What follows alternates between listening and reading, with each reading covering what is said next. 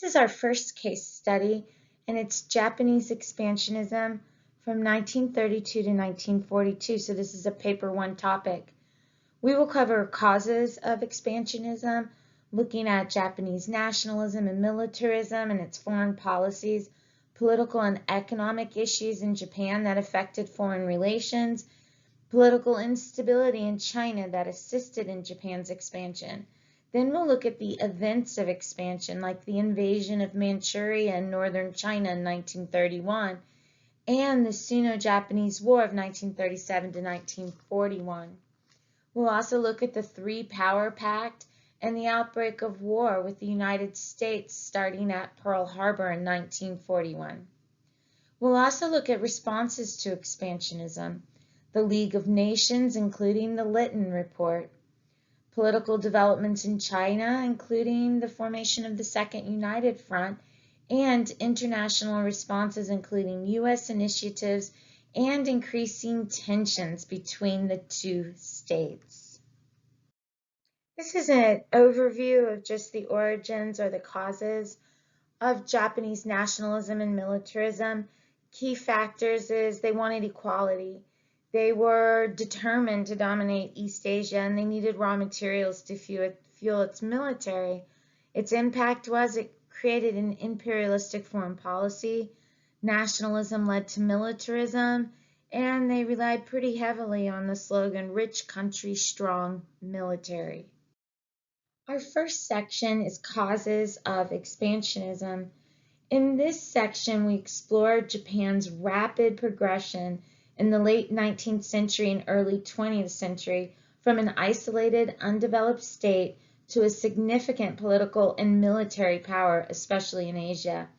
Much of this success was due to industrialization, a strong military, and a tightly controlled political system. There were, however, fundamental flaws in the system that would lead to increasing military control of the state, the development of radical nationalism, and calls for an empire. You will need to consider the following questions as you move through this section. How did Japan develop into an ultranationalist state with a strong military? How successful was Japan in creating an Asian empire? How did Japan's economic and political issues affect Japan's government? And how did the instability contribute to Japan's domestic and foreign policy? So our four main causes of Japanese expansionism are A, Japanese nationalism and militarism, B, militarism in their foreign policy, C, economic and political issues, and D, domestic instability and foreign affairs. Japan underwent major modernization in the late 19th century to become an ultranationalistic state. The changes, part of the Meiji Restoration, were meant to protect Japan from foreign domination. However, modernization placed great stress on Japanese society, especially economic, and many Japanese people would eventually turn to the military to control the state's economy, government, and all policies by the early 1930s. The Meiji Emperor of Japan reigned from 1867 to 1912. This was a period of tremendous reform in Japan, including the abolishment of feudalism, industrial development, and the creation of a parliament and modern governing systems. The Meiji Emperor declared Japan's constitution the first such legal document for the country in 1889. The Meiji Constitution, the work of a special group called the Privy Council, stated clearly that the Emperor of Japan was head of state and that he was a divine individual. Government authority came from the Emperor, and government ministers were responsible to him alone, not to the Diet, which was Japan's newly created parliament. The military was allowed tremendous independence in this document, reporting directly to the Emperor and holding 2 cabinet positions in all governments. The Constitution required all laws and cabinet decisions to be agreed to by all ministers. This meant that if any one minister did not agree with a law or decision, they could simply refuse to sign. This would cause the government to collapse and new ministers to be appointed, or a compromise would have to be reached to accommodate demands of opposing ministers. This increased the power of the military in that they could essentially veto any government decision and could threaten to dissolve a government unless their demands were met. The Diet was also created. The Constitution created this parliament, and it was composed of two divisions, an elected House of Representatives and an appointed House of Peers. The House of Peers was composed of nobility, high taxpayers, famous individuals, and special appointments made by the emperor.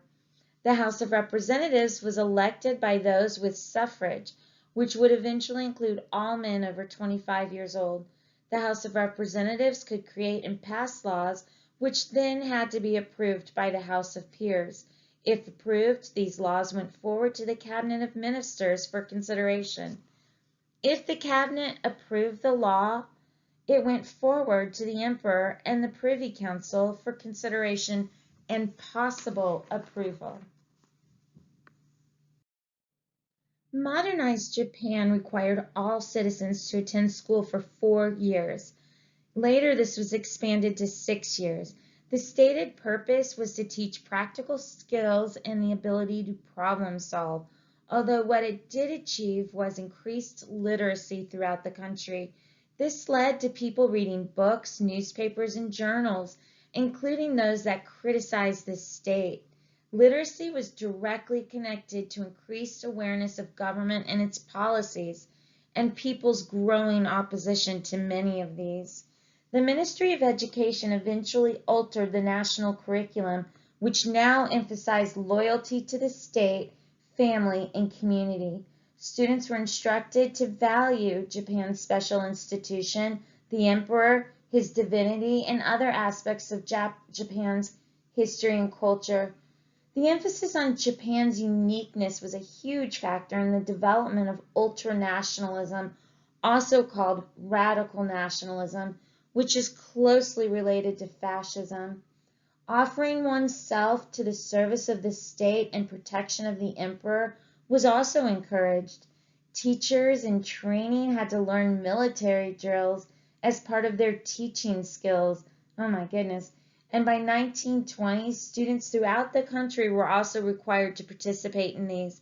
The special connection between the education system and the military would later greatly aid in the military's popularity and eventual control of the political system.